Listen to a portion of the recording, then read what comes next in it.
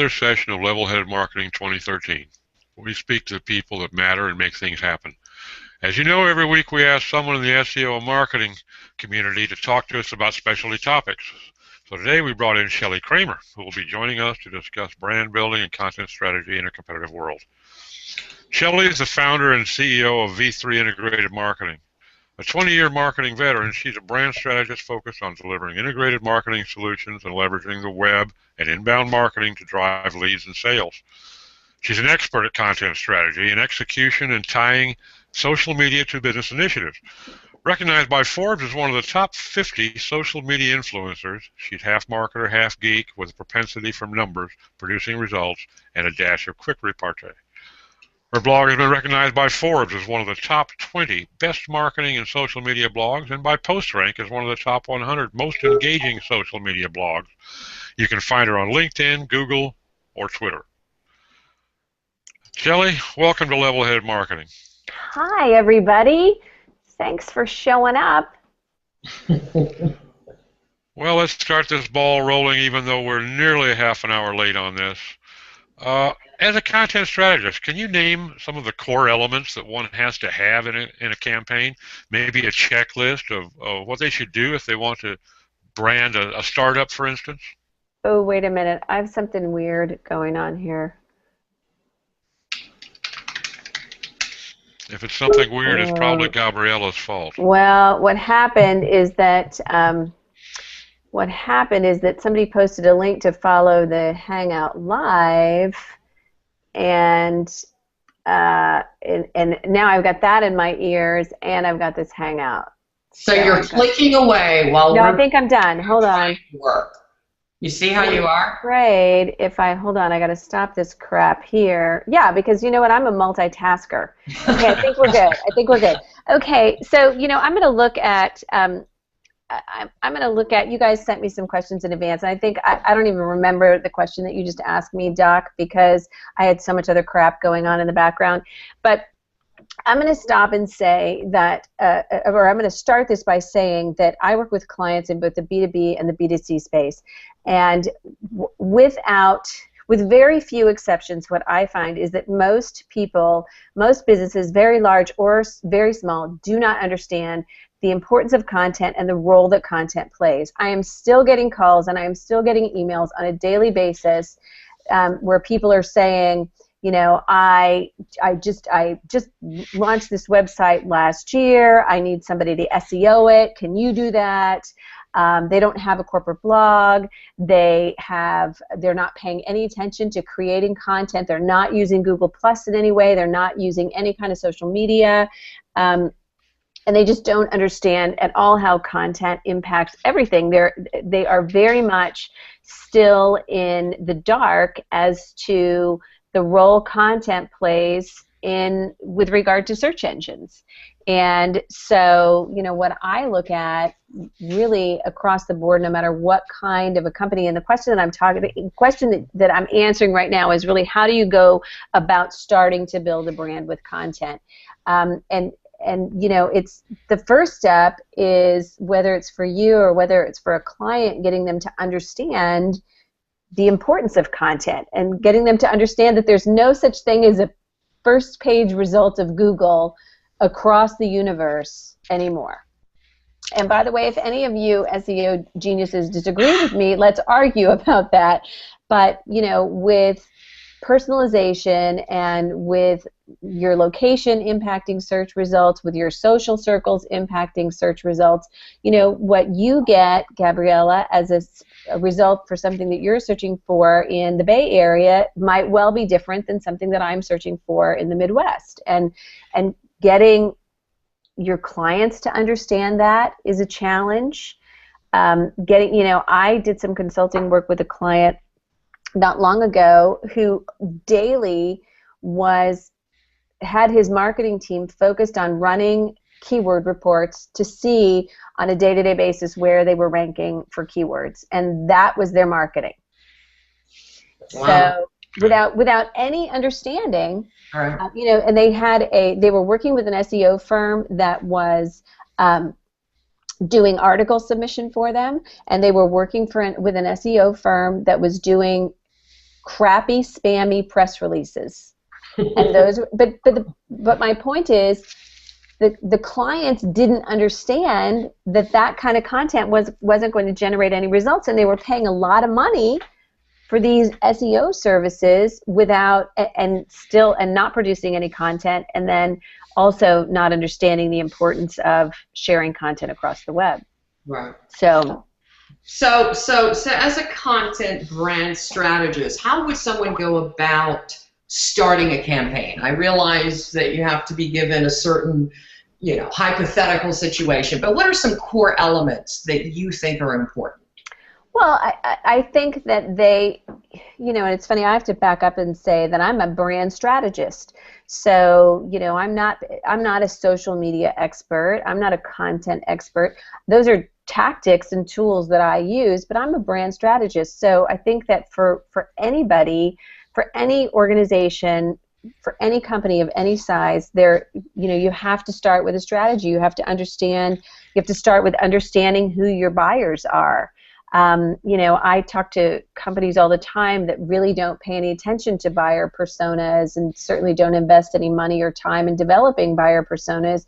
But, understanding, or I talk to people all the time and I say, who's your target audience? Everybody. Right? Here's a newsflash. Everybody doesn't need what you do. And if you try to market to everybody, you're probably going to fail fast. So I think it really starts with the process of asking yourself, who are our customers? Who are our prospects? What do they wake up every day thinking about, worrying about? What pain points do they have? What's happening in the industry? What do they need to know about? What do they need to grow their businesses? What do they need to be successful?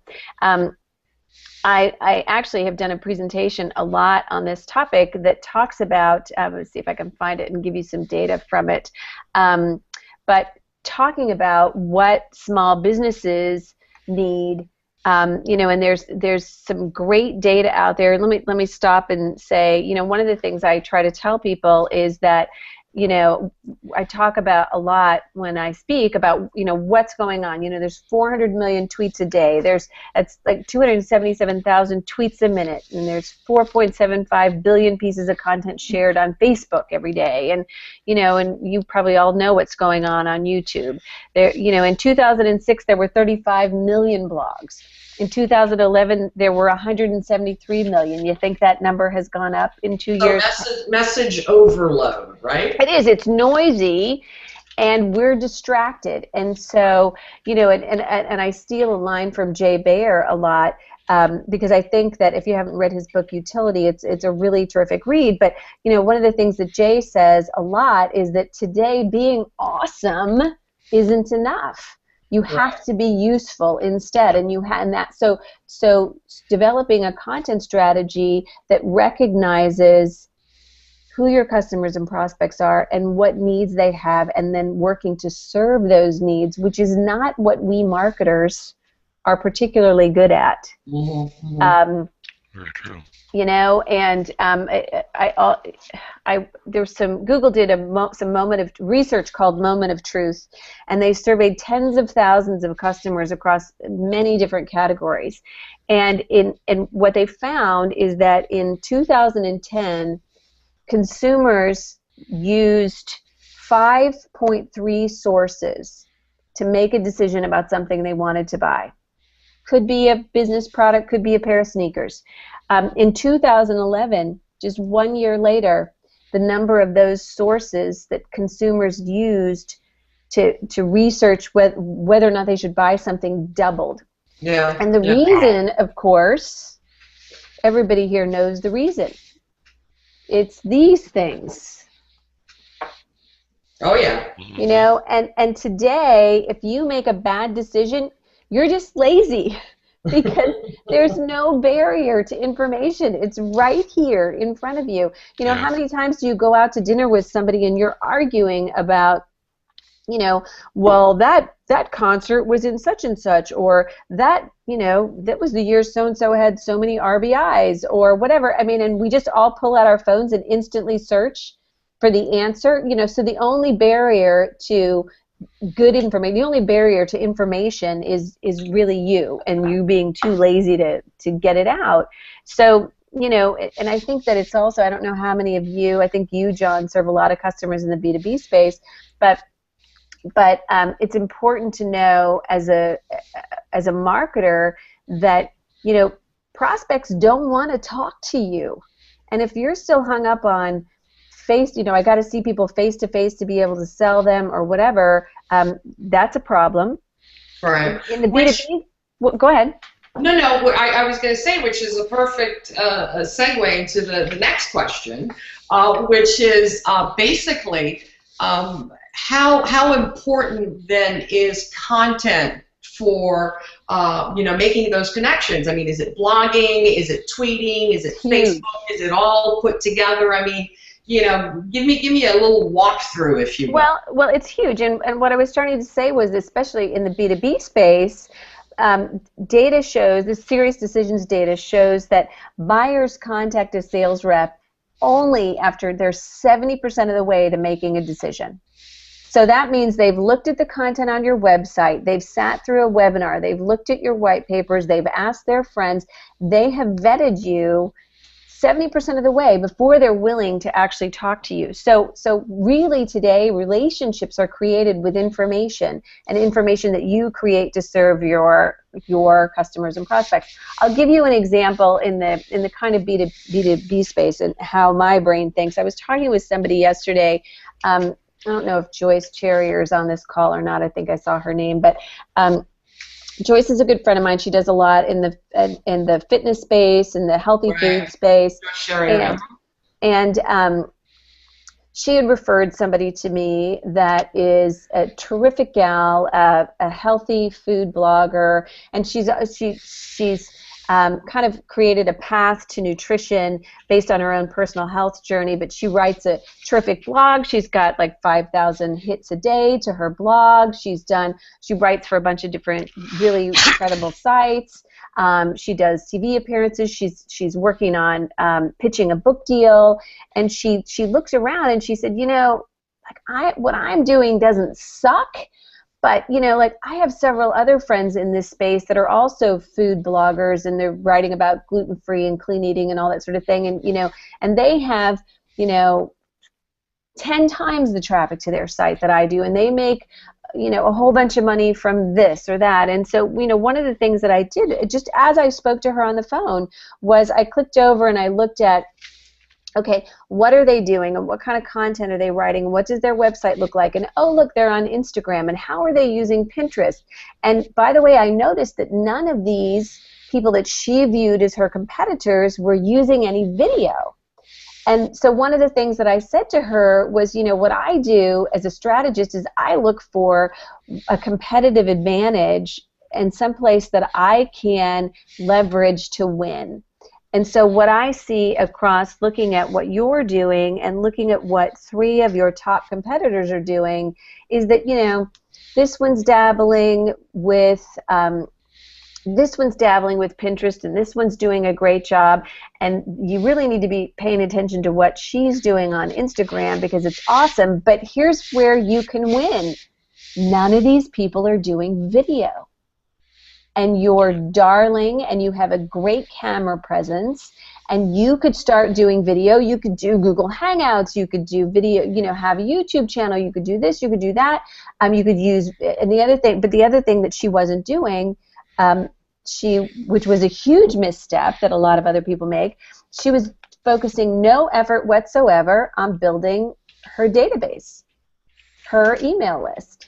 So she was focused on, what kind of content can I share on Facebook that gets me to have more followers? Okay? That's content marketing too, and that's leveraging social. But when I asked her, okay, so you have 15,000 followers on Facebook, what's your email database look like, and what are you doing to build your email database? And she said, oh, yeah, I'm not really working on that very much. I need to start doing a newsletter. And I said, yeah, well, how many people do you have in your contact database? 2,000. And I said, okay, so you're spending X amount of money a day, a week, whatever, on ramping up a Facebook presence. and you're spending no money on building your own database, let me ask you one quick question. Who owns Facebook?